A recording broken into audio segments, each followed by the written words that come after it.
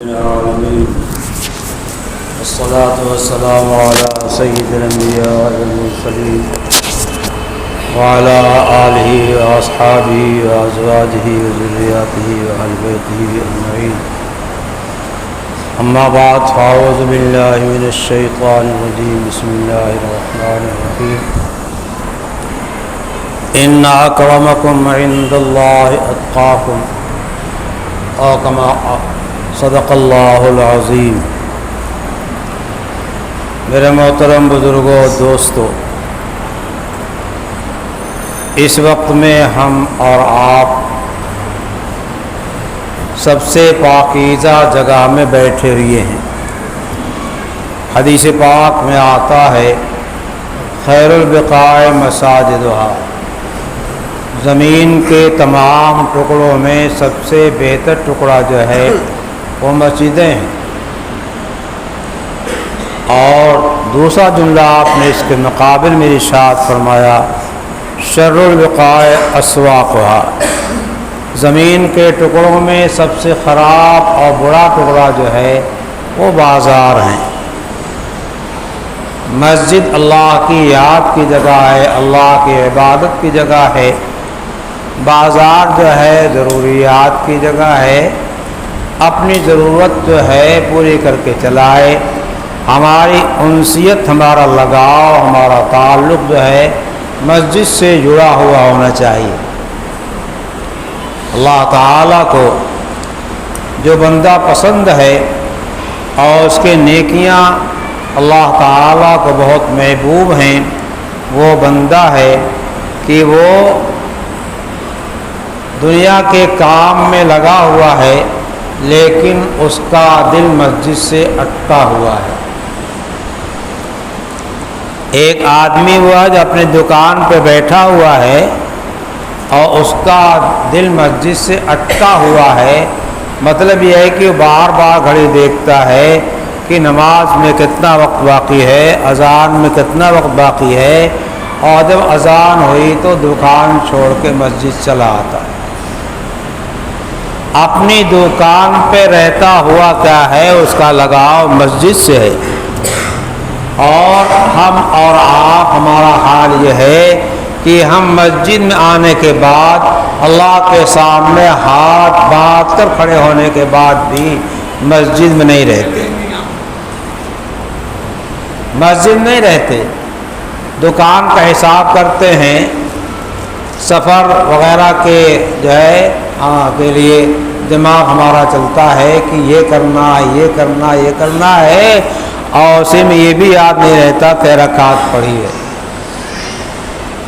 تو کچھ لوگ تو ایسے ہیں جو باہر رہ کر کے ان کا دل مسجد سے لگا ہوا ہوتا ہے، اور ہمارے جیسے لوگ ایسے ہیں کہ مسجد رہ کر کے کیا ہے، باہر دل گھومتا رہتا ہے، دکان میں، کھیت میں، کھلیان میں اور اپنی ملازمت میں۔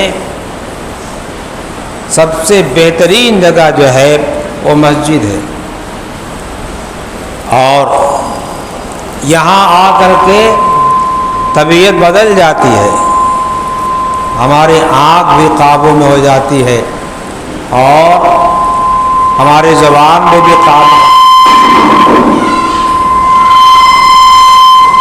ہماری زبان بھی قابو میں ہو جاتی ہے۔ باہر تو جھوٹ بول لیں گے، دکان میں بیٹھ کر کے کیا مسجد میں کوئی جھوٹ بولے گا؟ باہر بدنگاہی ہو جاتی ہے، مسجد میں نہیں ہوتی نا۔ باہر گانا سن لیتے ہیں، مسجد میں سنتے ہیں؟ باہر بہت سارا کام کرتے رہتے ہیں، اور مسجد میں آ کر کے ایک شریف آدمی بن جاتے ہیں، اللہ کے بندے بن جاتے ہیں۔ جتنے لوگ مسجد میں آ رہے ہیں، جتنے لوگ بھی مسجد میں آ رہے ہیں، مسجد میں قدم رکھنے کے بعد ان کا حال بدل جاتا ہے، ان کا مزاج بدل جاتا ہے، ان کی طبیعت بدل جاتی ہے۔ کیوں؟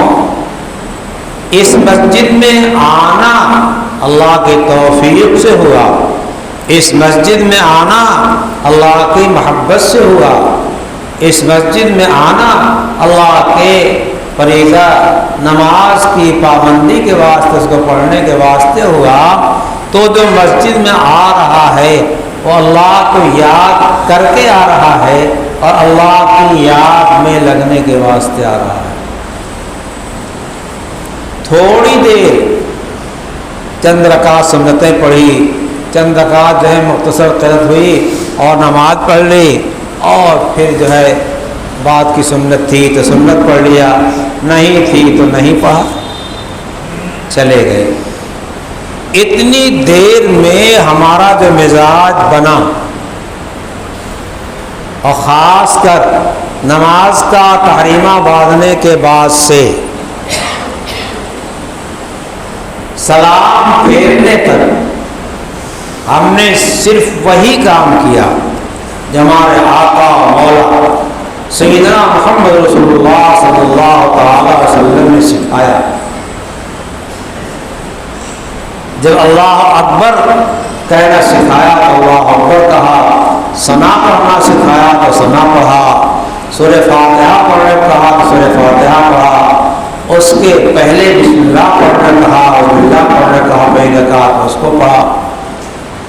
جیسے جیسے نبی اکرم صلی اللہ علیہ وسلم کو جبرائیل امین نے پڑھ کر کے بتایا تھا، نبی کریم صلی اللہ علیہ وسلم نے صحابہ کو بتایا، صحابہ نے تابعین کو بتایا، تابعین نے تبع تابعین کو بتایا، اور اس وقت سے آج تک وہی ایک طریقہ نماز کا چلا رہا ہے، وہی ایک طریقہ نماز کا چلا رہا ہے، دو طریقے اور چار طریقے نہیں ہیں۔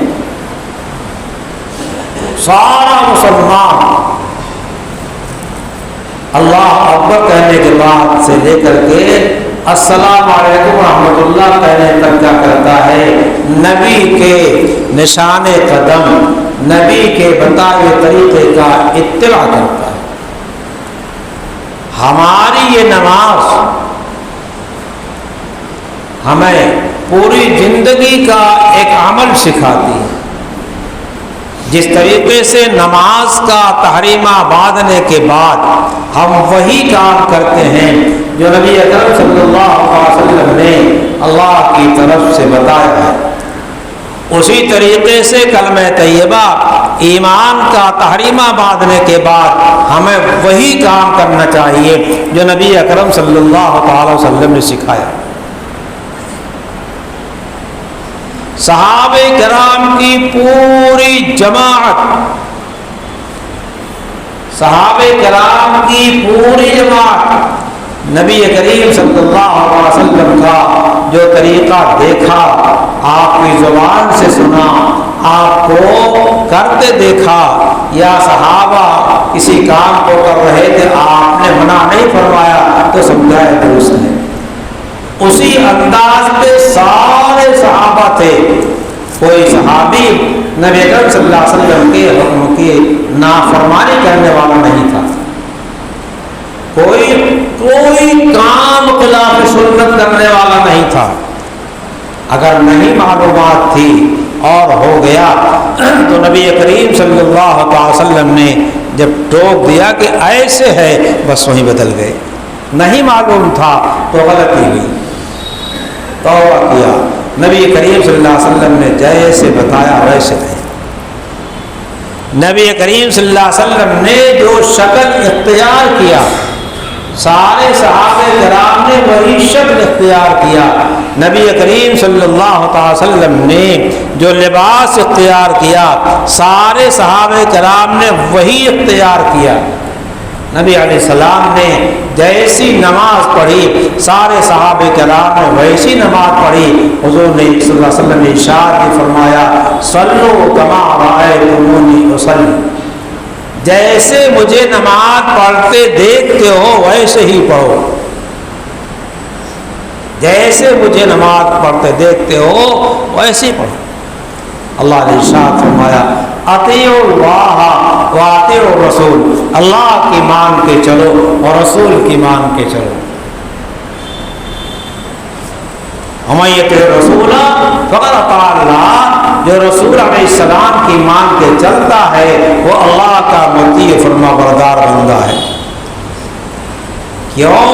نبی علیہ السلام کوئی بات اپنی طرف سے نہیں بتاتے، کوئی بات اپنی منمانی بتا کر نہیں گئے ہیں۔ قرآن گواہ ہے، وما ينطق عن الهوى ان هو الا وحی یوحی۔ آپ منمانی کوئی گفتگو نہیں کیا کرتے، خواہشات نفسانی کی باتیں نہیں کیا کرتے ہیں، اپنی مرضی نہیں، اللہ کی مرضی دیکھتے ہیں، اور اللہ کی مرضی پہ آپ بھی قربان اور آپ کے صحابہ بھی قربان۔ نبی علیہ السلام مرضی مولا دیکھتے تھے، صحابہ کرام مرضی مولا دیکھتے تھے۔ کیسے دیکھتے تھے؟ جو مرضی اللہ کی نبی کریم صلی اللہ تعالی وسلم نے بیان فرمائی اس کے مطابق اپنی پوری زندگی بنایا۔ عمر فاروق رضی اللہ تعالیٰ عنہ کیسے زبردست تھے، کیسے مضبوط تھے، اور ان کو نبوت کا دماغہ نکالنے کے واسطے بھیجا گیا تھا اور گئے تھے، اور نبی علیہ السلام علیہ وسلم دعا کر چکے تھے۔ نبی اپنی دعا کا کیسا یقین رکھتا ہے، نبی کریم صلی اللہ علیہ وسلم کو بھی دعا کیسا یقین تھا۔ حضرت عمر فاروق تلوار لے کر کے جا رہے ہیں، نبی علیہ السلام کو کوئی خوف نہیں، خدا پہ یقین تھا۔ کلمہ پڑھتے ہیں وہی حالت بدل جاتی ہے۔ جہاں نماز کی مخالفت کر رہے تھے، نبی کریم صلی اللہ علیہ وسلم کے اعمال کی مخالفت کر رہے تھے، کہہ رہے ہم تو جا کے بیت اللہ کے سامنے اذان دیں گے۔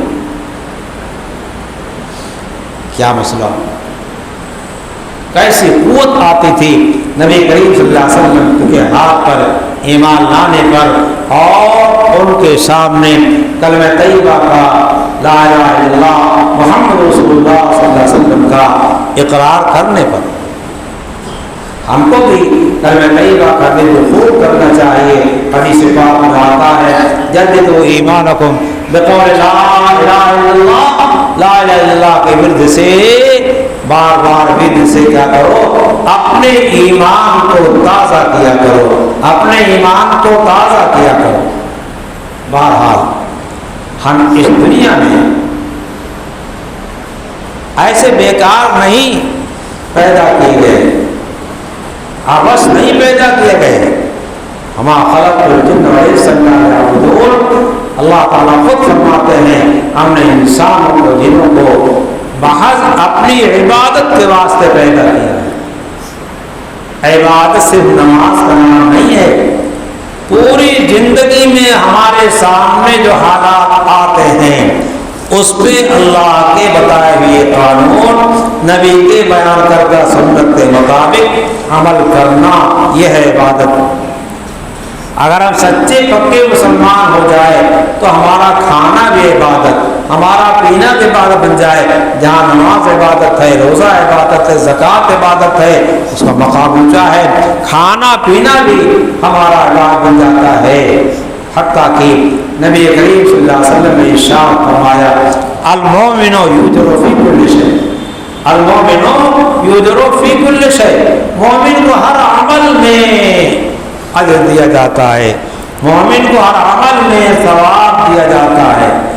اور آگے ارشاد فرمایا، نبی علیہ السلام کے الفاظ ہیں حتی فی اللقمۃ یرفعہ الی فی امرأۃ، جو لقمہ ناز کے ساتھ، پیار کے ساتھ، محبت کے ساتھ یہ مومن اپنی بیوی کے منہ میں ڈالتا ہے اس پر بھی ثواب ملتا ہے۔ کیوں؟ بیوی اس کے واسطے حلال ہے۔ یہی لقمہ غلط جگہ ڈالے گا تو حرام ہوگا، گناہ ہوگا، زنا ہوگا، اور اللہ جو ہے ناراض ہوگا، بجائے ثواب کے سزا ہوگی۔ تو اب یہ جو حلال طریقہ ہے وہ ثواب کی چیز ہے۔ اگر ہم صحیح طریقہ اختیار کر لیں، نبی علیہ السلام کی سنت اختیار کر لیں، جہاں جہاں رہیں گے، جب سنت کے مطابق ہماری زندگی ہوگی تو ہر وقت ہم اللہ کی عبادت میں ہوں گے، ہر وقت ہم اللہ کی عبادت میں ہوں گے۔ جیسے آنکھ کی عبادت یہاں کر رہے تھے ویسے سڑک پہ کرو تو جانے، لیکن یہاں 10 منٹ میں سکھا دیا کہ جب 10 منٹ میں یہاں رہ کر کے تو اپنے آنکھ کی حفاظت کر سکتے ہو تو سڑک پہ کیوں نہیں کر سکتے ہو؟ جب یہاں 10 منٹ رہ کر کے جھوٹ سے بچ سکتے ہو تو سڑک پہ کیوں نہیں بچ سکتے ہو؟ جب یہاں غلط باتیں سننے سے، گانا بجانا سننے سے بچ سکتے ہو تو سڑک پہ کیوں نہیں بچ سکتے؟ یہ تھوڑی دیر کی نماز نے کیا کیا؟ ہمیں سکھا دیا تقویٰ، پرہیزگاری،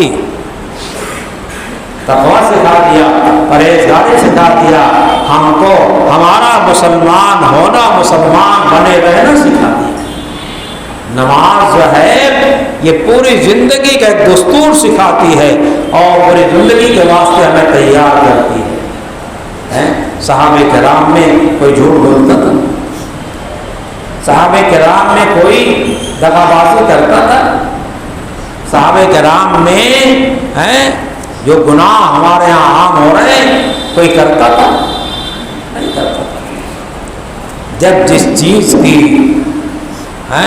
بات نبی علیہ السلام نے فرما دیا اس پہ عمل شروع کر دیا۔ ہاں صحابہ کرام کے زمانے میں دین آہستہ آہستہ آہستہ آیا ہے۔ وہ مکہ مکرمہ جہاں زنا عام تھا، جھوٹ عام تھا، کھڑے کھڑے ننگے پیشاب پخانہ کرنا عام تھا، کون سا گناہ وہ تھا جو وہاں نہیں ہوتا تھا؟ کعبہ مقدسہ کا طواف پہلے سے چلا آ رہا تھا، اور مکے میں نبوت سے پہلے جو لوگ موجود تھے وہ لوگ بھی طواف کرتے تھے، لیکن ننگے طواف کرتے تھے۔ مرد بھی ننگے طواف کرتے تھے، عورتیں بھی ننگی طواف کرتی تھیں۔ اتنا فرق تھا کہ عورتیں شرمگاہ پہ ہاتھ رکھ لیتی تھیں اور رات میں طواف کرتی تھیں۔ اتنے سے کیا ہوتا، کتنا پردہ ہو جائے گا۔ نبی کریم صلی اللہ علیہ وسلم نے غار حرا پہ اعتکاف جا کے کیا تھا، کیوں؟ یہاں ننگا ناچ ناچا جا رہا تھا، کعبہ مقدسہ کا طواف ننگا کیا جاتا تھا، تو نبی علیہ السلام اس کو کیسے برداشت کر سکتے تھے؟ اس لیے آپ نے غار حرا میں جا کر کے اعتکاف کیا، وہاں سے کعبہ مقدسہ نظر آتا تھا، کعبہ وہاں سے نظر آتا تھا، اور پھر آئے اور تبلیغ شروع کر دیا۔ 13 سال کو جو مجاہدہ کیا ہے آپ جانتے رہتے، سنتے رہتے، لیکن نبی علیہ السلام نے جب کلمے کی تبلیغ شروع کیا تو نبی علیہ السلام خود تمام چیزوں پر پابند تھے اور تمام صحابہ کرام پابند ہوتے چلے گئے۔ کوئی صحابی خلاف سنت عمل نہیں کرتا تھا، کوئی صحابی نبی کے چہرے کے خلاف اپنا چہرہ نہیں بناتا تھا، کوئی نبی کے بال کے خلاف اپنا بال نہیں بناتا تھا، کوئی صحابی نبی کے کرتے لنگی کے خلاف اپنا کرتا اور لنگی نہیں بناتا تھا۔ ایک ایک چیز میں نبی علیہ السلام کی نقل کرتے تھے۔ حضور نے ارشاد فرمایا، علیکم بسنتی، میرے طریقے کو لازم پکڑ لو، میرے طریقے کو لازم پکڑ لو۔ صحابہ نے عمل کیا، تابعین نے عمل کیا، تبع تابعین نے عمل کیا۔ یہ 3 زمانہ بہترین زمانہ کہا جاتا ہے، خیر القرون کہا جاتا ہے، اور وہ دین آج تک ویسی چلا ہے۔ وہی قرآن جو جبرائیل امین لے کر کے آئے تھے محمد رسول اللہ پر، آج پوری دنیا بھی جانتی ہے، غیر بھی جانتا ہے کہ وہی قرآن جو محمد رسول اللہ صلی اللہ علیہ وسلم پہ نازل ہوا۔ حدیثیں آپ نے صحابہ کرام سے جتنی بیان کیا، صحابہ کرام نے ساری حدیثیں محفوظ کر کے امت تک پہنچایا، اور آج سب چل رہا ہے۔ لیکن ہم مسلمان ہیں، ہمیں قرآن پاک اٹھا کر کھول کے پڑھنے کی نوبت نہیں آتی، قرآن کی تفسیر معلوم کرنے کی نوبت نہیں آتی، اور اگر تفسیر بیان کی جاتی ہے تو ہمیں فرصت نہیں سننے کی، نہیں۔ حدیثیں شیخ الحدیث مولانا زکریا صاحب اللہ علیہ نے فضائل اعمال لکھی، اور اس میں فضائل کے بیان فرمائے، فضائل نماز لکھی، فضائل قرآن لکھی، اور فضائل درود لکھی، فضائل حج لکھی، یہ سب لکھا۔ اتنا آسان انداز شیخ کی تحریر میں اللہ نے کتنا اثر رکھا کہ پوری دنیا کی زبان میں یہ کتاب منتقل ہوئی اور اس سے نفع ہو رہا ہے۔ لیکن عصر کے بعد کتاب پڑھی جاتی ہے تو چند احباب جماعت کے بیٹھتے ہیں یا دو چار بیٹھ جاتے ہیں اور کسی کو فرصت نہیں۔ دین کا سارا علم ہم کو معلوم ہو گیا کیا؟ فضائل کی تمام حدیثیں ہم نے سن لیا کیا؟ نبی کی حدیث سننے کا موقع نہیں، قرآن کی تلاوت کا موقع نہیں، نبی کی سنتوں کے اوپر عمل کرنے پہ ہمارا دل راضی نہیں ہے۔ اللہ والو، کیسے اللہ والے ہو، کیسے محمد رسول اللہ صلی اللہ علیہ وسلم پہ شہدائی ہو، کیسے؟ اپنی شکلوں کو، اپنی صورتوں کو بدلو، اللہ کی مدد آ جائے گی، اللہ کی مدد آ جائے گی۔ اللہ کی مدد جو ہم سے اٹھی ہوئی ہے، ہم نے اللہ کا دین چھوڑا ہوا ہے۔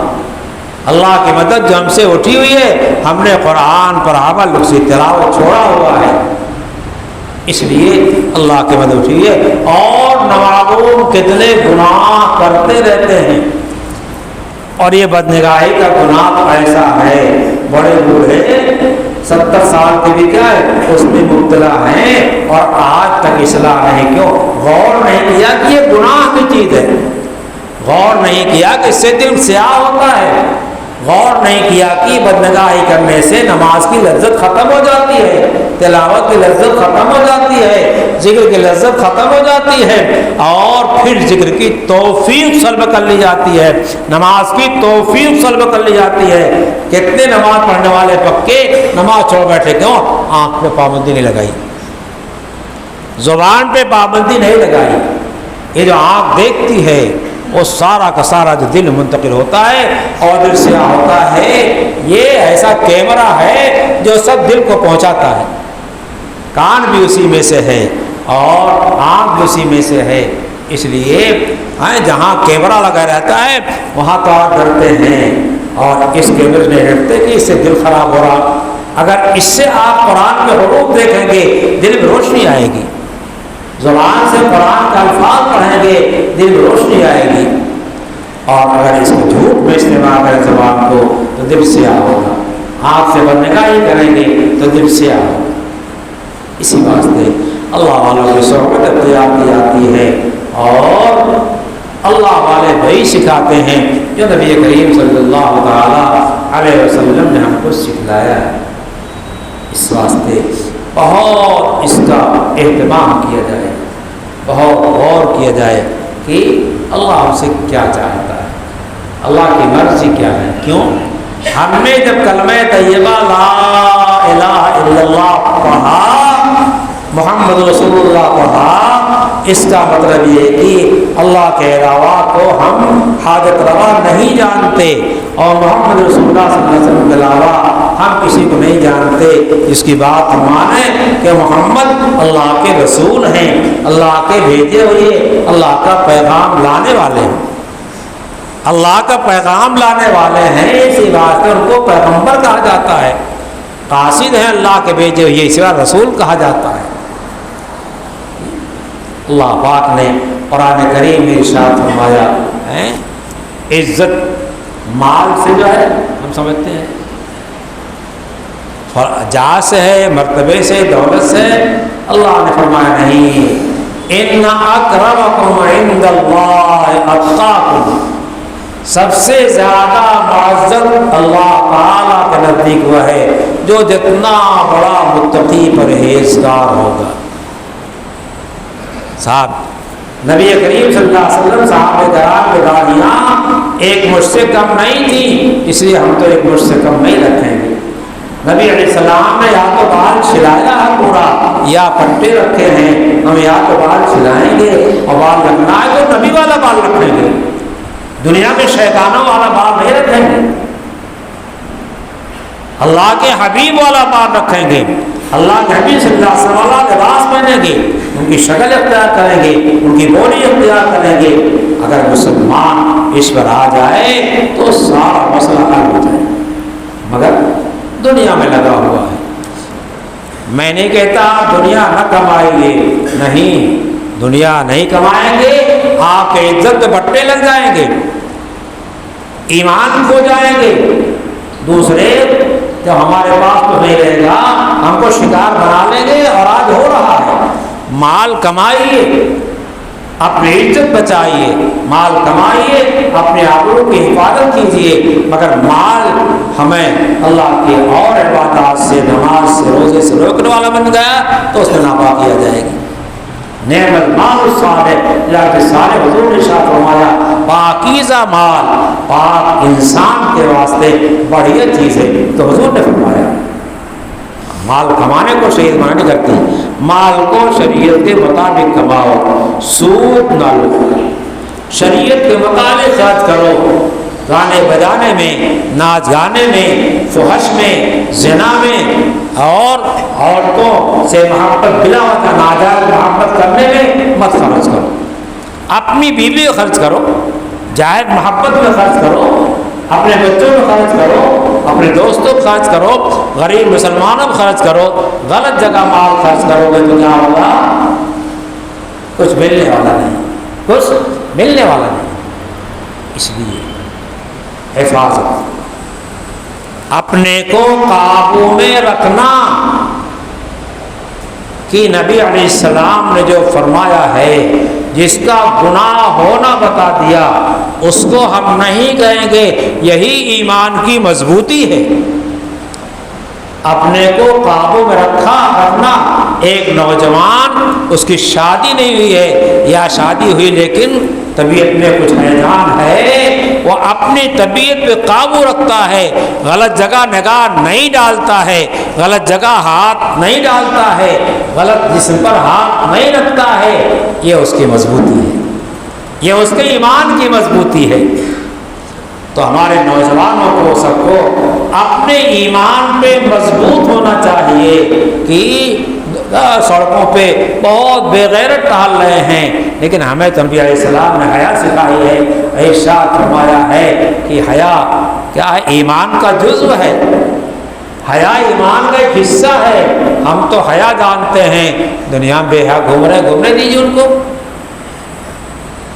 حیا ایمانی ہر ایک پیدا کرے، اور اللہ دیکھ رہا ہے ہم جو کر رہے ہیں، اپنی آنکھ سے، زبان سے، دل سے، اللہ سب دیکھ رہا ہے۔ اللہ علیم بذات الصدور ہے، ہمارے دلوں کی سوچ کو بھی جانتا ہے، ہمارے دلوں کے فکر کو جانتا ہے، سب جانتا ہے۔ تو اللہ دیکھ رہا ہے، اسی واسطے نبی پاک صلی اللہ علیہ وسلم نے دل کی صلاح کی جو ہے بہت تاکید فرمائی ہے۔ اسی واسطے فرمایا اتقوا اللہ، تقوی اختیار کرو، وکونوا مع الصادقین، جو اللہ کے سچے پکے متقی بندے ہیں ان کا ساتھ پکڑو، ان کا ساتھ پکڑو، علماء کا ساتھ پکڑو۔ مگر ہماری زبانیں تو علماء پر تبصرے میں چلتی ہیں، علماء کو برا کہنے میں چلتی ہیں۔ علماء نے مدارس قائم کر کے، مساجد جو ہے آپ ہی کے پیسے چلتی ہیں، مدرسے آپ ہی پیسے چلتے ہیں، اور اللہ کے نسبت کو دیتے ہیں تو محمد رسول اللہ صلی اللہ علیہ وسلم کی محبت کو دیتے ہیں، اور یہ آپ کے پاس جاتے ہیں اس واسطے تاکہ نبی علیہ السلام کا لایا ہوا قرآن پڑھا کر کے باقی رکھا جائے، حدیثیں باقی رکھی جائیں۔ یہ تو نیک کام کر رہے ہیں، ہم انہیں ذریعے کیسے سمجھتے ہیں؟ ہم انہیں ذریعے کیسے سمجھتے ہیں؟ میں چندہ کرنے نہیں آ کے سمجھ چندے فضا کیا کر رہا ہوں، لیکن یہ جو مدارس والے چندے کر رہے ہیں یہ دین میں آپ کا حصہ لگا رہے ہیں، اور مساجد و مدارس تمام مسلمانوں کے اتفاق سے قائم ہیں۔ اسی لیے اگر کوئی ایک مسجد کی اینٹ توڑ دے گا ہر مسلمان کا دل ہل جائے گا، مدرسے کو اینٹ توڑ دے گا تو ہر مسلمان دل ہل جائے گا اور اپنے قربان کرنے کو سے تیار ہو جائے گا۔ کیوں؟ ہماری چیز ہے یہ، ہمارے اللہ کی دی ہوئی چیز ہے، اللہ کی نعمت ہے۔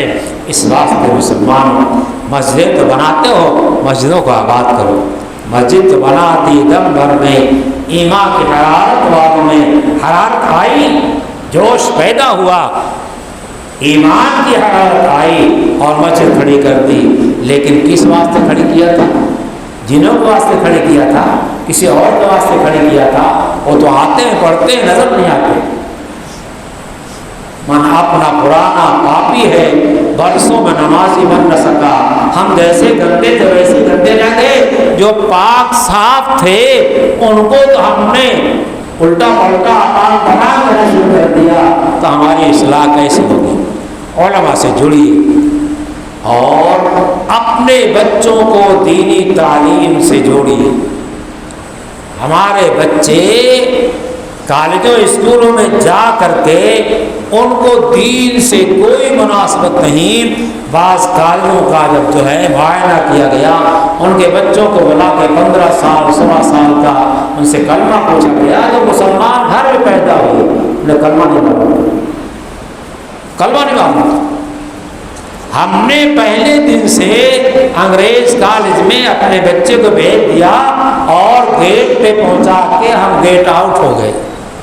وہ کیا کر رہے ہیں ہمیں پتہ نہیں۔